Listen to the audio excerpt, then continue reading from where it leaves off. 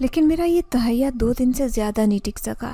ایک دن تو بے حد آرام سے گزر گیا، لیکن اگلا دن میری زندگی کا سب سے مشکل ترین دن تھا۔ ہم دونوں ماں بیٹے صبح اٹھے تو دیکھا گھر میں سبزیاں وغیرہ ختم ہو چکی تھی۔ باقی کا راشن بھی جو ہم صرف 1 ہفتے کے لیے لے کر آئے تھے 1.5 ہفتہ چلنے کے بعد مکمل ختم ہو چکا تھا۔ امی نے مجھے ساتھ لیا اور قریبی چوک سے ہم ضرورت کا سامان خریدنے کے لیے نکلے، لیکن ہماری پھوٹی قسمت کے وہیں پر ہمیں ان لوگوں نے دھر لیا جن سے ہم چھپنے کی کوشش کر رہے تھے۔ میں نے انہیں دیکھا تو اپنی اماں کو ساتھ لے کر بھاگنے کی کوشش کی، لیکن ان لوگوں نے ہمارا پیچھا کرنا شروع کر دیا۔ نہ جانے کتنی دیر ہم یوں ہی بھاگتے رہے۔ ہم چونکہ پیدل تھے تو ہم بڑی تیزی کے ساتھ گلیوں میں سے گزرتے ہوئے تقریباً جنگلوں کے درمیان آ گئے، جبکہ وہ لوگ جیپ پر ہمارا پیچھا کر رہے تھے۔ اسی دوران انہوں نے گولی چلائی جو کہ میری ماں کے سر میں لگی اور وہ وہیں پر گر کر جان کی بازی ہار گئی۔ یہ دیکھ کر میری چیخیں ایک دم سے بلند ہونے لگی۔ وہ آدمی ہر گزرتے لمحے کے ساتھ میرے قریب آتے جا رہے تھے، لیکن میں درختوں کے پیچھے چھپتی چھپاتی انتہائی مشکل سے جیسے تیسے کر کے وہاں سے نکل آئی۔ میرا بدن بری طرح سے کانپ رہا تھا کیونکہ میری ماں کی لاش میرے سامنے نیچے زمین پر خون میں رنگی پڑی تھی اور میں کچھ نہیں کر سکتی تھی سوائے اپنے بچاؤ کے۔ ہم نے کوئی اتنا بڑا گناہ بھی نہیں کیا تھا کہ وہ لوگ ہمیں جان سے مارنے پر آ چکے تھے۔ نہ جانے کتنی ہی دیر میں ایک چھوٹے سے گھر کے پیچھے چھپ کر بیٹھی رہی میں۔ ایک جیپ پورے علاقے میں مجھے تلاش کر رہی تھی اور یہ وہی دن تھا جب مجھے احساس ہوا کہ میری ماں مجھے چھت پر جانے سے کیوں منع کر رہی تھی۔ اسے یقین تھا کہ وہ لوگ ہمیں تلاشتے ہوئے یہاں تک بھی پہنچ جائیں گے کیونکہ ان کی فطرت بہت گندی تھی۔ اگر ایک مرتبہ وہ کسی کا پیچھا لے لیتے تو اس انسان کو مارنے کے بعد ہی انہیں چین آتا۔ 5-6 گھنٹے میں ایک ہی جگہ پر موجود رہی۔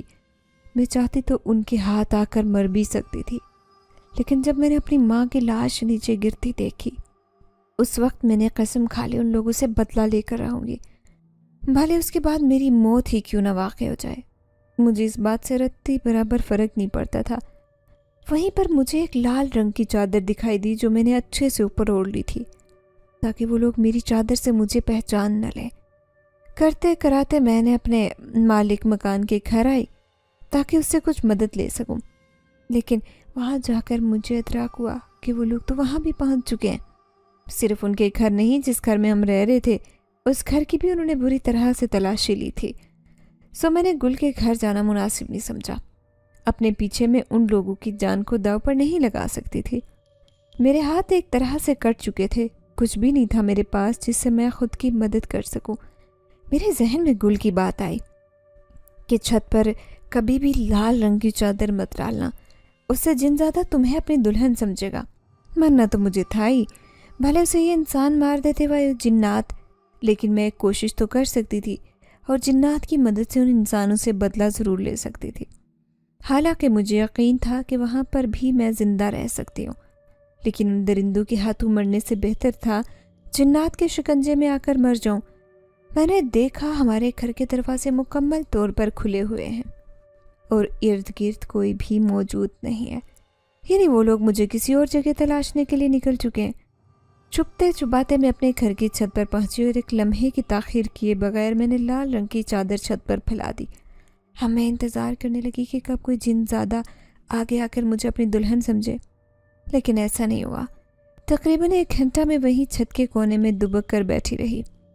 کتنی دیر بعد بھی جب مجھے کچھ بھی نہیں ہوا تو یقین ہو گیا کہ یہ سب باتیں ہیں۔ اسی وقت میں نے چھت سے دور سے آتی ان لوگوں کی جیپ دیکھ لی تھی۔ میرے پیر ایک دم کانپنے لگے اور یوں لگ رہا تھا کہ جسم سے جان مکمل طور پر ختم ہو گئی، لیکن پھر بھی ہمت کرتے ہوئے جیسے جیسے ان سے پہلے ہی میں گھر سے نکل کر پیچھے کھائی میں آ گئی اور ایک جانب بیٹھ گئی۔ مجھے 8 گھنٹے ہو چکے تھے۔ میں پاگلوں کی طرح بھوکے جانوروں سے بچنے کی کوشش کر رہی تھی۔ کھائی سے ہوتے ہوئے میں یوں ہی نیچے آ گئی۔ وہاں پر نہ کوئی ٹریفک تھا اور نہ ہی کوئی انسان۔ مجھے اب کافی ڈر لگنے لگا تھا کہ ان آدمیوں سے تو بچ گئی ہوں، لیکن رات ہو رہی تھی، ایسا نہ ہو کوئی جنگلی جانور میرے پیچھے پڑ جائے۔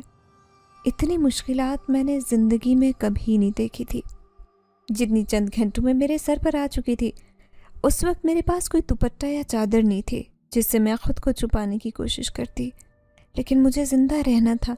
اپنی ماں کا بدلہ ہر حالت میں لے گا اس کے لیے بے شک مجھے جانوروں سے لڑنا پڑتا، میں وہ بھی لڑ پڑتی۔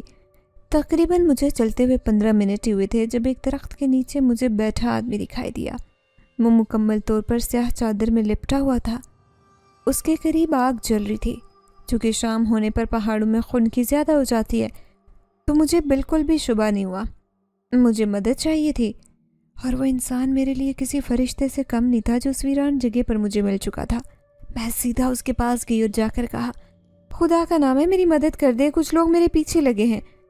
آپ کے پاس کوئی چھپنے کی جگہ ہے کیا؟ میں وعدہ کرتی ہوں کل صبح تک یہاں سے چلی جاؤں گی، مجھے صرف آپ کی مدد چاہیے ایک رات کے لیے۔ اس نے نگاہیں اٹھا کر مجھے دیکھا تو لمحے کے لیے اس کی نگاہوں میں کھو گئی۔ چادر سے صرف اور صرف اس کی آنکھیں دکھائی دے رہی تھی جو بے حد خوبصورت اور مکمل طور پر نیلی تھی، لیکن مجھے زیادہ حیرت نہیں تھی کیونکہ ان پہاڑوں میں ہر دوسرے مرد کی آنکھیں سبز و نیلی تھی۔ وہ خاموشی رہا تو میں نے پھر سے کہا، مجھے ڈر ہے کہ یہاں پر جانوروں کا شکار نہ ہوں، میرا زندہ رہنا بہت اہم ہے، خدارا میری مدد کر دیں، آپ جو کہیں گے میں بدلے میں کرنے کے لیے تیار ہوں۔ میں جانتی تھی کہ میں کتنی بڑی بھول کر رہی ہوں، لیکن یہ میری مجبوری تھی، مجھے کچھ بھی کرنا پڑتا۔ کچھ بھی کا مطلب تو کچھ بھی میں کرنے کے لیے تیار تھی، کیونکہ ایک طرف پھر میری اپنی زندگی ختم ہو چکی تھی جو ابھی بھی سانسیں مجھے ملی تھی، وہ صرف میں اپنی ماں کا بدلہ پورا کرنے کے لیے گزارنا چاہتی تھی۔ بیٹھ جاؤ، ساتھ میں انتہائی گمبھیر آواز میں مجھے قریب پڑے پتھر پر اس نے بیٹھنے کا کہا۔ میں وہیں بیٹھ گئی تو اگلے ہی لمحے اس آدمی نے مجھے اپنی چادر اتار کر میری جانب بڑھائی کہ یہ لو، تمہیں ٹھنڈ لگ رہی ہوگی، اور میں واقعی مجھے سردی محسوس ہو رہی تھی۔ میں نے بغیر کسی شش و پنج کے وہ چادر لے کر اچھی طرح سے اپنے گرد لپیٹ لی۔ کچھ ہی دیر آگ سینکنے کے بعد میرے جسم کو حرارت ملنے لگی، تب میں نے غور سے اس آدمی کا چہرہ دیکھا کہ دیکھتے رہ گئے۔ وہ بے وفا خوبصورت تھا، لیکن اس کی رنگت سانولی تھی، مگر نین نقش ایسے تھے کہ میں نے پہلے کبھی نہیں دیکھے۔ آپ یہیں پر رہتے ہیں؟ خاموشی کا دورانیہ جب بہت لمبا ہو گیا تو میں نے گھبرا کر اس سے بات کرنے کی کوشش کی تاکہ کم سے کم کچھ تو جان پہچان بڑھے۔ وہ خاموش رہا، میں بھی چپ کر گئی۔ تقریباً 5 منٹ گزر جانے کے بعد وہ نرمی سے بولا، پریشان لگ رہی ہو، کیا بات ہے؟ اس بات پر چونکہ نہیں بلکہ کیونکہ میں بات کر رہی تھی بہت زیادہ پریشان تھی۔ ابھی چند گھنٹے پہلے ہی میں نے اپنی ماں کو کھویا تھا، بلکہ اپنی ماں کی لاش کو اپنے قدموں میں پڑے دیکھا تو بھلا پریشانی میرے منہ سے کیسے ظاہر نہ ہوتی۔ پھر میں یوں اس آدمی سے چھپنے کی بات کر رہی تھی تو کوئی بھی انسان سمجھ جاتا کہ اس وقت میں واقعی پریشان ہوں۔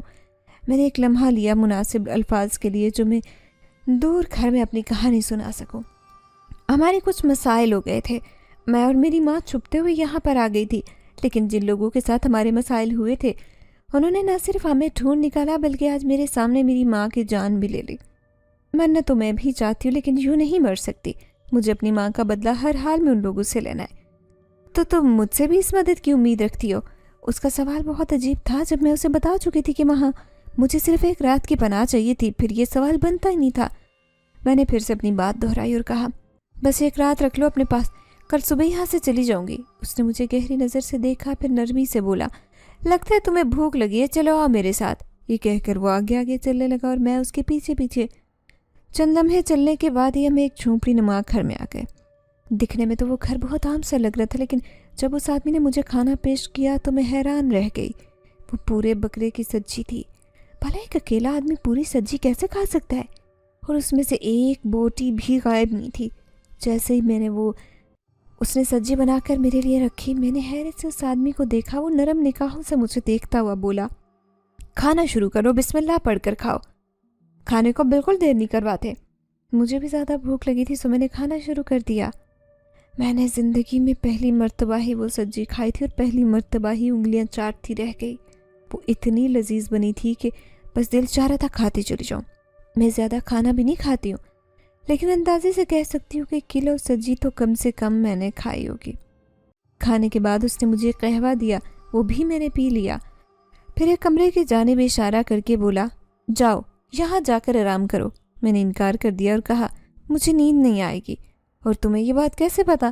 وہ بڑے سکون سے بولا، میری ماں میری آنکھوں کے سامنے مری ہے، میں کیسے سو سکتی ہوں؟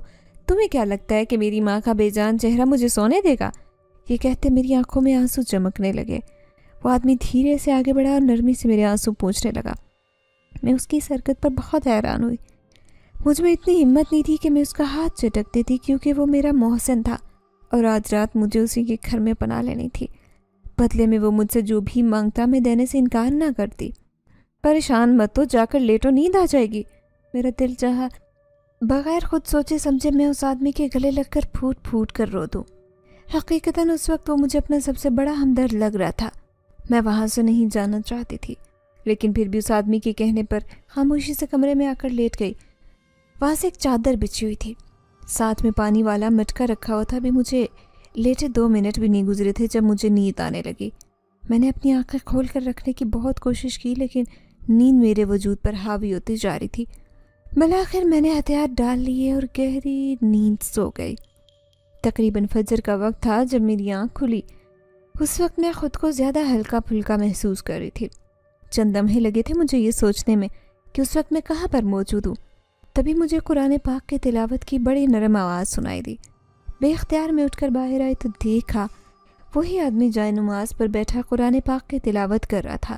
اس کی قرت بے حد خوبصورت تھی کہ میں سالوں بھی وہیں کھڑی رہ کر وہ سن سکتی تھی۔ تبھی اچانک اس نے مڑ کر دیکھا۔ ایک لمحے کے لیے تو اس کے دیکھنے پر میں ڈر گئی تھی، کیونکہ اس آدمی کی آنکھیں بے حد سرخ ہو رہی تھی جیسے وہ رویا ہو۔ لیکن اگلی پل وہ ٹھیک ہو گیا اور مجھے نرمی سے اپنی جانب آنے کا اشارہ کیا۔ میں بغیر سوچے سمجھے اس کے قریب جا کر بیٹھ گئی اور وہ دوپٹہ اچھی طرح سے سر پر جما لیا۔ اس کے بعد وہ قرت پھر سے کرنے لگا۔ ایک آیت پڑھتا، اس کے بعد مجھے پڑھنے کا اشارہ کرتا۔ پتہ نہیں کتنی دیر ہم دونوں یوں ہی قرآن پاک پڑھتے رہے۔ مجھے یوں لگتا تھا گویا وہاں بیٹھے بیٹھے صدیاں بیت گئی ہیں، اور وہ لمحات میری زندگی کے سب سے خوبصورت لمحات میں سے ایک تھے۔ قرآن پاک پڑھنے کے بعد اس نے واپس اپنی جگہ پر رکھ دیا، پھر سنجیدگی سے مجھے دیکھتے ہوئے بولا، اب بتاؤ مجھے ایک ایک بات۔ تمہارے ساتھ جو بھی حالات و واقعات ہوئے مجھے کھل کر بتاؤ، کیونکہ میں سچ میں تمہاری مدد کرنا چاہتا ہوں۔ یہ بات سنتے ہی میرے پرانے زخم ایک دم سے ادھڑ گئے تھے۔ میں نے بولنا شروع کیا تو وہ پورے انہماک سے میری بات سننے لگا۔ ہم دونوں کا تعلق سندھ کے بہت ہی نچلے قبیلے سے تھا، جہاں پر عورت تو کیا کسی بھی مرد کو بھی اپنا حق حاصل نہیں تھا۔ میرا بھائی پڑھنے کے لیے کراچی میں ہی رہتا تھا۔ اس نے اماں سے وعدہ کر رکھا تھا کہ جیسے ہی اپنی پڑھائی مکمل کر کے میں قبیلے میں واپس آؤں گا تو اب دونوں کو اپنے ساتھ شہر لے جاؤں گا۔ یہ جگہ انسانوں کے رہنے کی قابل بالکل بھی نہیں ہے۔ ہم ماں بیٹی اسی پر اپنے بھائی کی واپسی کا انتظار کرتے رہے۔ وہ واپس تو آیا، لیکن اس کا واپس آنا ہمارے لیے بہت مشکل ثابت ہوا۔ اسے واپس آئے تقریباً 1 ماہ ہو چکا تھا۔ تقریباً 1 ماہ اور 15 دن بعد ہمیں وہاں سے نکلنا تھا، کیونکہ جس گھر کے کرائے کی بات اس نے کی تھی وہاں پر پہلے ہی کچھ لوگ رہائش پذیر تھے۔ بس ہم ان کا وہ گھر چھوڑنے کا انتظار کر رہے تھے، جس کے بعد ہم نے وہ قبیلہ ہمیشہ کے لیے چھوڑ دینا تھا۔ لیکن اسی دوران وہ ہوا جو کبھی کسی نے تصور بھی نہیں کیا تھا۔ میرے بھائی کو قبیلے کے سردار کی بیٹی سے محبت ہو گئی۔ ہم ماں بیٹی کو اس بات کا بالکل بھی علم نہیں تھا۔ باہر ہی وہ دونوں اپنی محبت کی پینگیں بڑھاتے رہے۔ جب ہمارے قبیلے میں وہ چھوڑنے کی باری آئی تو دیکھا وہاں پر ایک اور لڑکی بھی ہمارے ساتھ جانے کے لیے تیار تھی۔ ہم دونوں ماں بیٹی نے حیرت سے عامر کو دیکھتے ہوئے پوچھا کہ یہ سب کیا ہے؟ کون ہے یہ لڑکی جو نقاب میں تمہارے ساتھ موجود ہے؟ لیکن میرے بھائی نے ہمیں یہ بات نہیں بتائی کہ وہ لڑکی کون ہے۔ امی باجی آپ لوگ بس میرے ساتھ رہیں، ابھی میرا دوست ایک گاڑی لے کر آ رہا ہے، شہر جا کر میں آپ کو سب کچھ بتا دوں گا۔ لیکن ہمارا بہت برا حال ہو چکا تھا۔ ہم جانتے تھے ہمارے قبیلے میں کبھی بھی کسی نے پسند کی شادی نہیں کی تھی، لیکن یہ دیکھ کر ایک انجان لڑکی ہمارے ساتھ ہے۔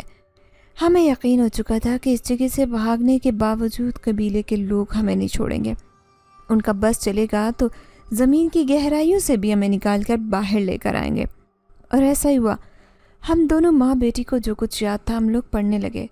کچھ ہی دیر میں لڑکا گاڑی لے کر آیا تو ہم چاروں اس گاڑی میں بیٹھ گئے۔ ابھی ہم قبیلے سے نکلے بھی نہیں تھے جب ہماری گاڑی پر کسی نے بری طرح سے فائرنگ کرنا شروع کر دی۔ چونکہ رات کا اندھیرا کافی گہرا تھا، میرے بھائی نے گاڑی کا دروازہ کھول کر ہم تینوں خواتین کو وہاں سے باہر نکلنے کا کہا۔ جب ہم لوگوں نے منع کر دیا، لیکن اس نے اپنی قسم دے کر ہم تینوں کو وہاں سے باہر نکالا اور کہا کہ سڑک پر جا کر کسی سے بھی مدد لے لو، مگر پلٹ کر اس قبیلے میں مت دیکھنا۔ مجبوراً جیسے ہی ہم لوگ گاڑی سے باہر نکلے تبھی پچھلی جیپ نے ہماری گاڑی کو گولیوں سے بھون کر رکھ دیا۔ ہمارے پاس اور کوئی چارہ نہیں تھا۔ ہم تینوں خواتین ایک دوسرے کا ہاتھ تھامے مین روڈ کی طرف بھاگنا شروع ہو گئی۔ یوں ہی بھاگتے بھاگتے اس لڑکی نے بھی اپنا تعارف کروا دیا کہ میرے پیچھے ہی میرے ابا آئے ہوں گے۔ تب ہمیں علم ہوا کہ وہ لڑکی کوئی اور نہیں بلکہ ہمارے سردار کی اکلوتی بیٹی ہے۔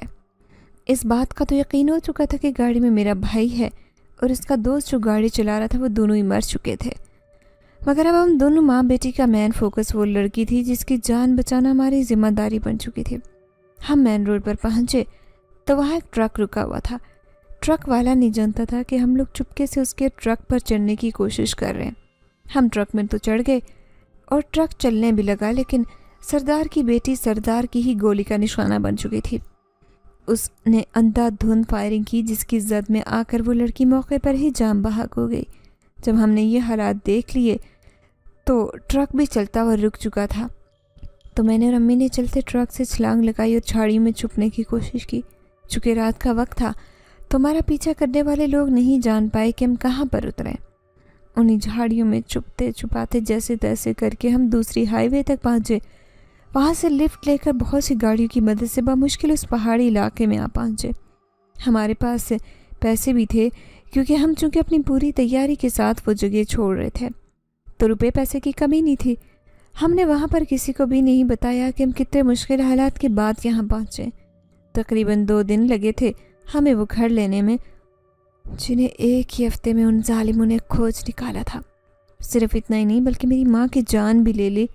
اب ان کا نشانہ میں ہوں کیونکہ وہ ہمارے پورے خیرانے کو نیست و نابود کرنا چاہتے ہیں۔ بولتے بولتے میری آنکھوں سے آنسو کب بہنے لگے مجھے علم ہی نہیں ہوا۔ یہ تو تب پتہ چلا جب اس آدمی نے نرمی سے میرے نہ صرف آنسو پونچھے بلکہ مجھے اپنے ساتھ گلے لگا لیا۔ یہ بات میرے لیے بے حد حیران کن تھی۔ میں اس کی گرفت میں بری طرح سے پڑپڑا رہی تھی، لیکن اس کا حصار میرے ارد گرد بہت مضبوط تھا، یہاں تک کہ میں چاہنے کے باوجود خود کو الگ نہیں کر پائی۔ چھوڑ دو مجھے۔ بالآخر جب میری مزاحمت دم توڑ گئی تو میں نے سختی سے کہا، لیکن اس آدمی نے مجھے الگ نہیں کیا۔ چھوڑو مجھے، اب یہ بات سمجھانے پر مجبور مت کرو کہ تم بھی انہی میں سے ایک ہو۔ میرا یہ جملہ کام کر گیا اور تب بھی اس آدمی نے مجھے آزاد کیا اور پھر براہ راست میری آنکھوں میں آنکھیں ڈال کر دیکھتے ہوئے بولا، خود ہی تو کہا تھا کہ 1 رات پناہ دو، اس کے بدلے جو چاہو لے سکتا ہوں۔ اب اگر میں نے تم سے تمہارا دعویٰ کیا بھی تو کیا تم اپنی بات پر قائم رہو گی؟ میں نے جو کچھ بھی کہا تھا مجھے اچھی طرح سے یاد تھا، لیکن میرے دماغ میں یہ بات بھی تھی کہ ہو سکتا ہے یہ آدمی مجھ پر رحم کھائے اور مجھے 1 رات کے لیے پناہ دے اور میرا فائدہ بھی نہ اٹھائے۔ لیکن اب جب میرے سامنے وہ آدمی یہ باتیں کر رہا تھا تو میرے تو دل کی دھڑکنیں ایک دم سے تیز ہو چکی تھی۔ مجھے کچھ بھی سمجھ نہیں آ رہا تھا کیونکہ یہ سب کچھ میں نے تصور ہی نہیں کیا تھا۔ میں وہاں سے اٹھ کر جانے لگی تو ساتھ میں اس نے میری کلائی تھام کر مجھے واپس اپنے سامنے بٹھایا۔ اسے 1 رات کی اب قیمت کون ادا کرے گا؟ وہ تو ادا کر کے جاؤ۔ کیا تم مجھ پر رحم نہیں کھا سکتے؟ مجھے مت مجبور کرو کہ میں ساری دنیا کے مردوں کو ایک ہی صف میں کھڑا ہونے کی کوشش کروں۔ تم چاہ کر بھی مجھے اپنی دنیا کے تمام مردوں کی صف میں کھڑا نہیں کر سکتی۔ یہ بات اس نے بڑے دعوے اور غرور سے کہی تھی۔ تو ٹھیک ہے، تم چھوڑ دو مجھے پھر، میں نے بھی سخت لہجے میں کہا، کیونکہ کل تو میں اپنے حواسوں میں نہیں تھی، مگر آج مجھے علم ہو چکا تھا کہ جو بات میں نے کی تھی وہ کس قدر غلط تھی۔ اب یہ بھی نہیں کہا کہ میں تمہیں چھوڑوں گا۔ ادھر اس آدمی پر حیرت ہونے لگی جو کچھ دیر پہلے قرآن پڑھ رہا تھا اور اب ایسی بہکی باتیں کر رہا ہے۔ صاف ظاہر ہو رہا تھا کہ اس کی قول و فعل میں تضاد ہے۔ چھوڑو مجھے، میں آخری مرتبہ کہہ رہی ہوں، ورنہ میں اپنی جان لینے سے پہلے 1 منٹ بھی نہیں سوچوں گی۔ مر تو پہلے ہی چکی ہوں، بس جو چند سانسیں بچی یہ بھی چھینوں گی، میں نے قنوتیت سے کہا۔ وہ میرا ہاتھ پکڑے بڑے سکون سے بولا، تم چاہو بھی تو خود کو کچھ نہیں کر سکتی، اس وقت تم یہاں صرف میرے رحم و کرم پر ہو۔ مجھے سمجھ نہیں آ رہا تھا کہ اس آدمی کو کیا کہوں، کیونکہ میں بری طرح سے پھنس چکی تھی۔ اب چاہے فرار بھی ہو جاؤں تو مجھے کوئی دکھائی نہیں دے رہا تھا۔ میں اٹھی اور تیزی سے دروازے کی جانب لپکنے کی کوشش کی، لیکن جھٹکا تب لگا جب دروازہ نہ صرف اندر سے بند تھا بلکہ اس آدمی نے مجھے کلائی سے پکڑا اور ساتھ ہی اس کمرے میں لے گیا جہاں پر میں نے رات کو پناہ لی تھی۔ میں مزاحمت کر رہی تھی لیکن یوں لگا کہ جیسے اس پر رتی برابر فرق نہیں۔ اس نے مجھے دیوار سے لگایا۔ میں مچھلی کی طرح تڑپی۔ وہ میرے کان کے پاس آیا اور ایسے لگا جیسے کچھ سونگنے کی کوشش کر رہا ہو، لیکن میرے حواس بالکل کام کرنا چھوڑ چکے تھے۔ میری کوشش تھی کہ کسی طرح اس کو خود سے دور کرنے میں کامیاب ہو جاؤں۔ وہ تو اپنی جگہ سے 1 انچ بھی نہیں ہلا، اور حیرت انگیز طور پر اس نے صرف کچھ سونگنے کی کوشش کی۔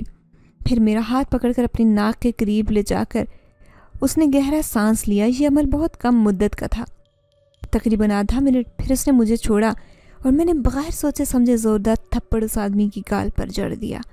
میں نہیں جانتی تھی کہ مجھ میں اتنی طاقت کہاں سے آئی، لیکن عجیب بات یہ تھی کہ جب میں نے اس آدمی کو تھپڑ مارا تو وہ غصے کے بجائے مسکرایا۔ کوئی یہ تھپڑ میں نے اپنی مرضی سے نہیں بلکہ اس کی منشا پر اسے مارا ہو، جس کا اسے بالکل دکھ نہ ہو۔ دور ہو جاؤ ذلیل انسان، میں حلق کے بل چلائی، جبکہ وہ رٹائی سے مسکرا رہا تھا۔ یہ دیکھ کر میرا تن بدن سے لگ اٹھا۔ کیا غیرت نہیں ہے تم میں؟ میں نے تو سنا تھا کہ پہاڑی مردوں میں سب سے زیادہ غیرت ہوتی ہے۔ اتنے غیرت مند ہوتے کہ یا تو میری جان لے لیتے یا پھر مجھے یہاں سے باہر نکالتے۔ لیکن وہ کندھے اچکائے تحمل سے چارپائی پر جا بیٹھا، سنجیدگی سے بولا، تمہاری بات پر آگ بگولا تو تب ہوں جب تم نے مجھ سے یہ سب کہا ہو۔ تمہیں نے تو کہا ہے کہ تم ذلیل انسان ہو۔ میں نے سوچ لیا تھا کہ میرے لیے بدلہ لینا ناممکن ہے، سو مجھے مر جانا چاہیے۔ تبھی میں جان بوجھ کر اسے غصہ دلانے کی کوشش کری تھی تاکہ کسی نہ کسی طرح میری جان لے اور مجھے زندگی کے دکھوں سے آزاد کرے۔ میرا خیال ہے تم نے انسان کو ذلیل کہا ہے۔ اس آدمی کے سکون میں اب بھی فرق نہیں آیا، لیکن اس وقت میں ذہنی طور پر الجھی ہوئی تھی اتنی کہ اس کے الفاظ پر غور ہی نہیں کر پائی کہ یہ بات تم نے انسان کو کہی۔ کاش سمجھ پاتی کہ میرے سامنے کوئی انسان نہیں بلکہ جن زادہ ہے، وہی جن زادہ جس سے چھت پر لال دوپٹہ ڈال کر میں نے خود ہی دعوت دی تھی۔ اور اب جب وہ آ گیا تو میں دور بھاگنے کی کوشش کر رہی تھی، کیونکہ اس وقت مجھے علم نہیں تھا کہ میرے سامنے بیٹھا وجود کون ہے۔ مجھے جانا ہے یہاں سے، میں نے سنجیدگی سے کہا۔ تم نہیں جا سکتی، وہ بھی آرام سے بولا۔ تمہارا مجھ پر کوئی زور نہیں، سن رہے ہو میری بات؟ میں نے صرف تم سے مدد مانگی، جو یقین تھا مدد کے بدلے تم مجھ سے کچھ نہیں مانگو گے، لیکن تم تو بھیڑیے ہو۔ یہ کہہ کر میں دروازے کی جانب لپکی تو اس نے میرا ہاتھ تھاما اور سنجیدگی سے بولا، یہ آخری مرتبہ ہے، تم یوں میرے گھر سے بھاگنے کی کوشش کر رہی ہو۔ تمہیں بدلہ لینا ہے ابھی، اور میں تمہاری مدد کروں گا۔ مجھے بس کچھ وقت چاہیے۔ اب کی مرتبہ میں رک گئی، کیونکہ مجھے اس کی آنکھوں میں واضح دکھائی دے چکا تھا کہ وہ میرے لیے کچھ کرنا چاہتا ہے۔ یہ حقیقت تھی کہ اگلے دن میں ان سب سے اکیلے نہیں لڑ سکتی تھی۔ شاید یہ آدمی واقعی میرے کسی کام آ جائے۔ مجھے رکنا پڑا کیونکہ مجھے وہاں پر رکنا ہی تھا۔ بیٹھو ادھر، مجھے بٹھا کر وہ میرے لیے پانی لینے چلا گیا۔ جیسے ہی میں نے پانی پیا تو مجھے بری طرح سے چکر آنے لگے۔ میں نے خود کو ہوش و حواس میں رکھنے کی بہت زیادہ کوشش کی، مگر بے سود۔ میں بے ہوش ہو چکی تھی۔ جانے کتنی دیر بعد جب میری آنکھ کھلی تو ہم ایک مختلف جگہ پر تھے۔ وہ علاقہ کافی سنسان تھا اور اس وقت ہم لوگ سڑک کے کنارے بیٹھے تھے۔ میں نے حیرت سے آنکھیں گھما کر ادھر ادھر کا منظر دیکھا، پھر جائزہ لیا۔ اس آدمی کو دیکھا تو وہ کالے چادر میں لپٹا ہی درخت کے نیچے بیٹھا ہوا تھا۔ یہ کہاں پر ہیں ہم؟ اور تم نے مجھے جان بوجھ کر بے ہوش کیا تھا نا؟ میں نے غصے سے پوچھا، لیکن اس نے میری بات کا جواب نہیں دیا۔ بتاؤ مجھے ہم کہاں پر ہیں؟ میں نے تقریباً چلا کر پوچھا۔ اب مجھے اس آدمی سے خوف محسوس ہو رہا تھا۔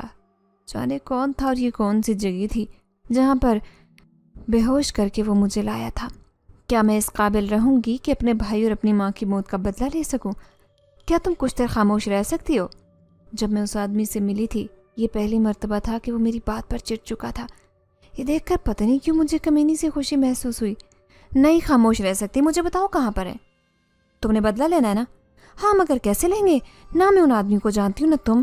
میں تو صرف علاقے کے سردار کو جانتی ہوں، اس کے علاوہ کون کون شامل تھا مجھے کچھ بھی نہیں پتا۔ میں نے بے بسی سے کہا تو مسکراتے بولا، فکر مند مت کرو، کچھ دیر انتظار کرو، پوری کہانی کا علم خود ہی ہو جائے گا تمہیں۔ وہ جیسے سڑک پر کسی کی تاک لگا کر بیٹھا تھا، جبکہ وہ سڑک بالکل سنسان تھی اور وقت بھی رات کا تھا۔ میں خاموش ہو گئی کیونکہ مزید بات کرنے کی کوئی وجہ نہیں بنتی تھی۔ جو کچھ اسے کہنا تھا وہ ایک مرتبہ بول چکا تھا، سو میں نے بھی درخت کے تنے کے ساتھ ٹیک لگا لی۔ ابھی کچھ ہی دیر گزری جب دور سے کسی گاڑی کے آنے کی آواز سنائی دی۔ اب تک گاڑی دکھائی نہیں دی، مگر اس کی آواز وہاں بیٹھے ہم صاف سن سکتے تھے۔ یہ وہ لمحہ تھا جب مجھے محسوس ہوا کہ میری ساری حصیں بہت تیز ہو گئی ہوں۔ کیسا بدلہ چاہتی ہو تم؟ وہ اب میری جانب منہ کر کے پوچھ رہا تھا۔ کیسا بدلہ؟ کیا مطلب؟ مارنا چاہتی ہوں میں ان سب کو، میں نے بغیر جھجکے کہا، کیونکہ جتنا خون خرابہ میں اپنوں کا دیکھ چکی تھی، میرے لیے جان لینا ایک بہت معمولی امر ہو چکا تھا۔ مجھے دنیا میں کسی کی بھی جان لینے کے لیے بھیج دیا جاتا، میں ایک لمحے کے لیے بھی نہیں کانپنے والی تھی۔ مارنا تو چاہتی ہو، کوئی خاص طریقہ؟ میرا دل چاہتا ہے کہ ان لوگوں کے پرخچے اڑ جائیں، کوئی ان کی شناخت نہ کر پائے۔ یہ سب کچھ میں انتہائی سخت لہجے میں بول رہی تھی۔ مجھے نہیں معلوم تھا کہ جو کچھ میں بول رہی ہوں اگلے آنے والے لمحات میں وہی منظر میرے سامنے ہوگا۔